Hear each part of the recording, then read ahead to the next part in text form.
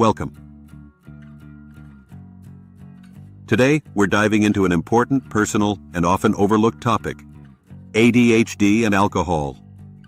If you find this topic valuable, don't forget to subscribe and hit the like button. It helps more people find conversations like this.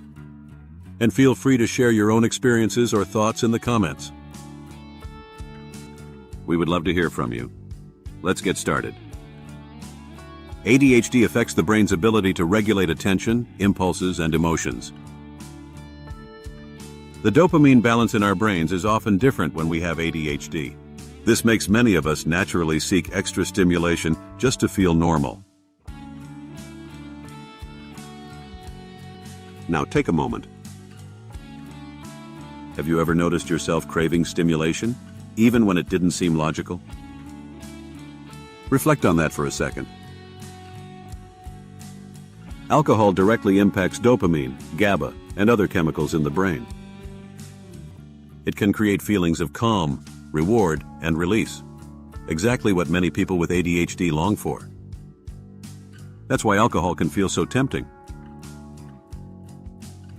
But this also means it can become much more dangerous.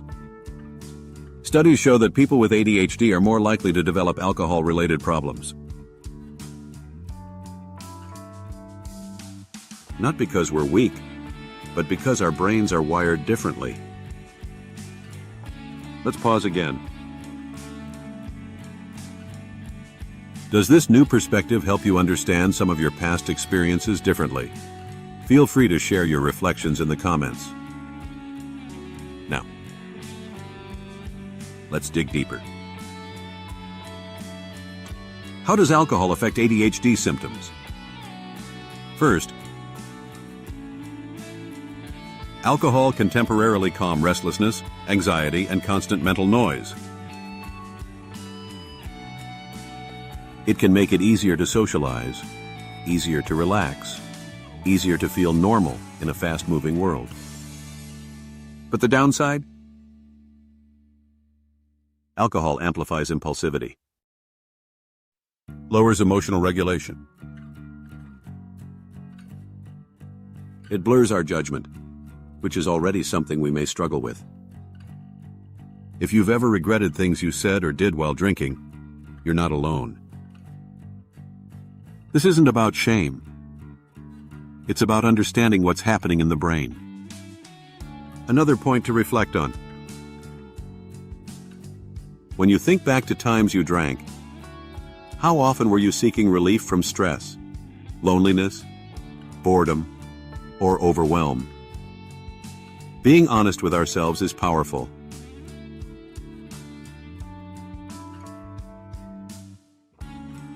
Moving on to patterns.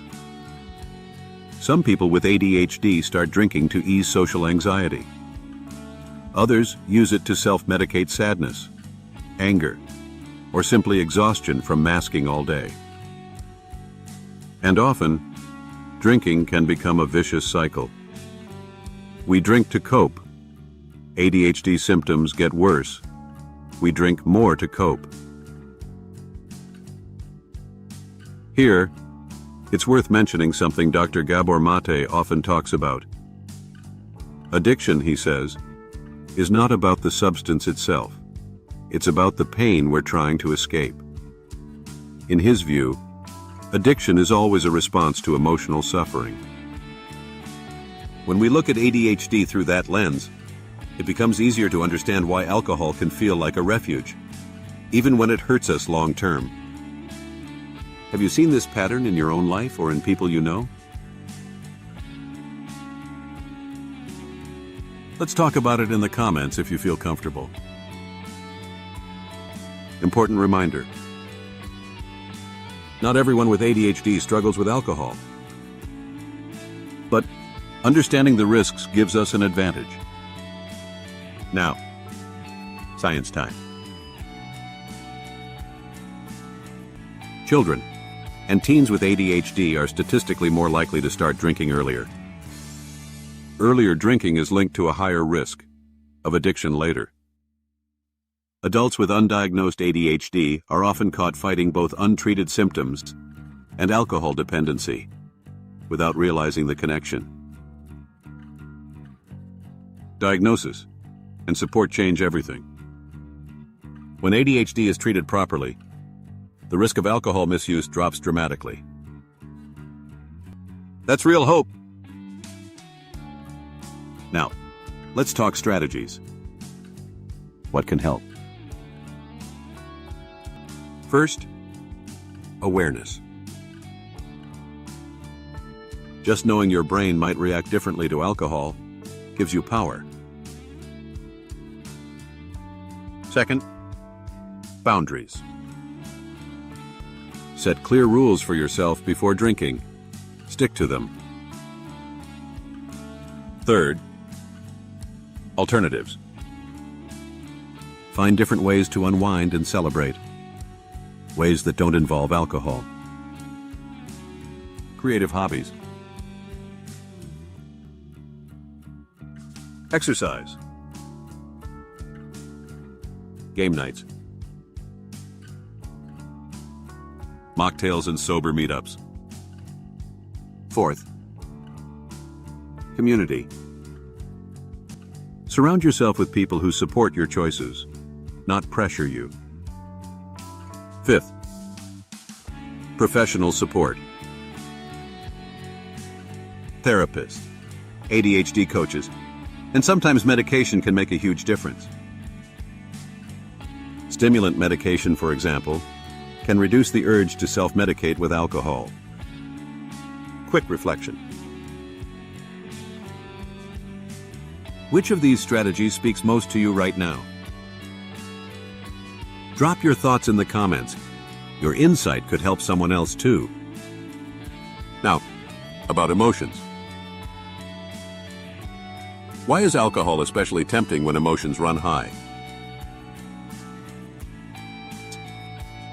Because ADHD makes feelings more intense.